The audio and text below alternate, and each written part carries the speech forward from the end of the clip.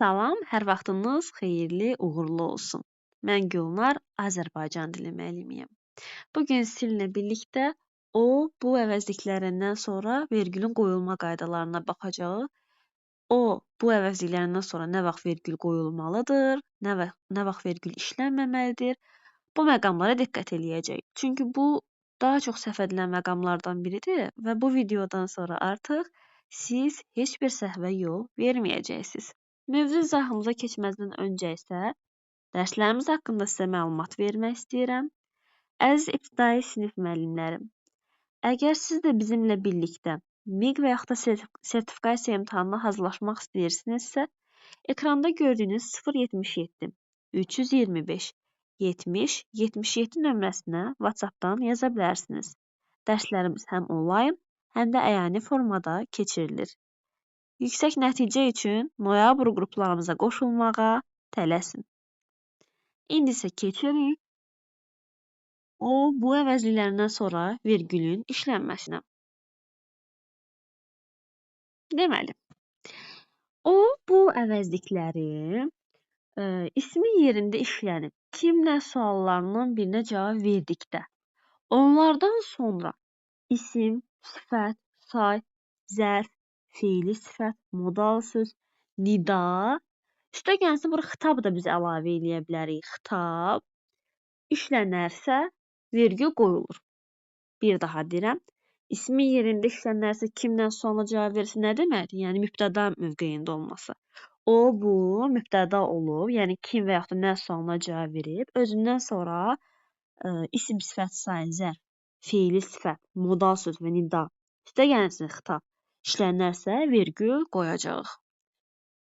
Nümunəmiz buradadır. Kitabını mənə verdi. Nə etdi? Verdi. Kim o? Görürsünüzmü? Kim sualına cavab verir? İsmi yerində işlənib mübtəda mövqeyindədir. Birinci şərti ödədimi? Ödədi. Baxıram ondan sonra hansı nitq səsi gəlib? Kitab nə? İsim gəlib. İsim gələndə vergül qoyacaqdım. Ona görə də baxın, vergül qoymuşam. Bu əvəzlikləri əgər kimlə suallarından birinə cavab verərsə, yəni mübtəda olarsa, ismi yerində işlənərsə, lakin özündən sonra əvəzlik, feili sifət istisna olmaqla feil, qoşma, bağlayıcı, ədat gələrsə, bu zaman vergül qoymayacağıq. Məsələn, mənim ən yaxın rəfiqəmdir. Baxın, kim mənim ən yaxın rəfiqəmdir? Kim sualına cavab verdi? Mübtəda rolundadır, ismi əvəzləyib, lakin özündən sonra şəxs əvəzlik gəlir. Baxın, əvəzlik gəlir. Bunun üçün də vergül qoymayacağam. Bu əvəzliklərin cümlənin təyini olarsa, yəni sifəti əvəz edərsə, onlardan sonra vergül qoyulmur. Baxın, nə qeyd eləmişəm? Bu təyin olarsa, yəni necə, nə cür, hansı suallarından birinə cavab verirsə vergülsüz olur. Məsələn, o kitab mənim çox xoşuma gəldi. Hansı kitab? Sifətə əvəz elədi, təyin oldu. Baxın, vergül də olmadı. Əlbəttə sizinlə razılaşacaq. Kim o? Mübtədadır, özündən sonra modal söz gəlib, bunun üçün də vergül qoyulub. Oxunmuş adamdır. Özündən sonra feili sifət gəlib, bunun üçün də vergül qoyulub. İndi keçdik. Testlərdə bizim qarşımıza çıxan bir məqam var. Deyir ki,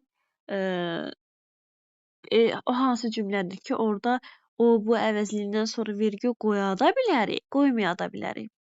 Yəni, bəzən cümlədəki yerinə görə və bu əvəzliklərindən sonra vergüldən istifadə eləyə də bilərik, eləməyə də bilərik. Əgər bunu necə biləcəyik? Bu zaman həmin əvəzliklərə, yəni bu əvəzliklərinə həm kimlə suallarını, həm də necə, nə cür, hansı suallarını verə bilməliyik. Yəni ki, həmin əvəzliklər ismi əvəz eləmiş olarsa, vergül qoyulacaq, sifəti əvəz etmiş olarsa, vergül qoyulmayacaq. Məsələn, binanın qarşısında dayanıb məni gözləyirdi. Kim binanın qarşısında dayanıb məni gözləyirdi? Mübtəda mövqeyindədir, özündən sonra da isim gəlib. Deməli, vergül olacaq. Bir də var, belə deyim. O binanın qarşısında dayanıb məni gözləyirdi. Hansı binanın qarşısında dayanıb məni gözləyirdi? O binanın. Burada vergül qoymayacaq, çünki təyin rolundadır. Yəni, sifəti əvəz eləyib. Və yaxud da test toplumumuzda olan növbəti sual. O kəndə getdi. Kim kəndə getdi? Mübtəda adı özündən sonra isim gəlib, vergül olacaq. Bir də var deyirəm ki, o kəndə getdi. Hansı kəndə getdi? O kəndə getdi təyin olacaq, yəni sifət əvəzləyəcək, vergül qoyulmayacaqdır. Bir çox testimizdə o bu əvəzliklərdən sonra vergülün qoyulması bölməsində bir çox testdə buna aid bu məqamlara rast gələcəksiniz. Çox rahatdır yəni. İndi sizə qeyd demək istəyirəm, hansı ki onu burada qeyd eləməmişəm. O bu əvəzliklərindən sonra bəzən əvəzlik gəlsə də vergi qoyula bilər. Normalda mən bayaq dedim ki, məsələn o mənim ən yaxın rəfiqəmdir. Burada vergül qoymuram, çünki özündən sonra əvəzlik gəlibdir. Lakin istisna bir hal vardır ki, özündən sonra əvəzlik gəlsə də vergül qoyulur. O hansı haldır? Onu burada bir boş yerdə gəlin yazaq. O bu əvəzliklərindən sonra gələn söz ya əlavə kimi işlənəcək, ya da həmcinsli əmələ gətirəcək. Məsələn deyirəm ki, o mən dünən mağazaya getmişdik.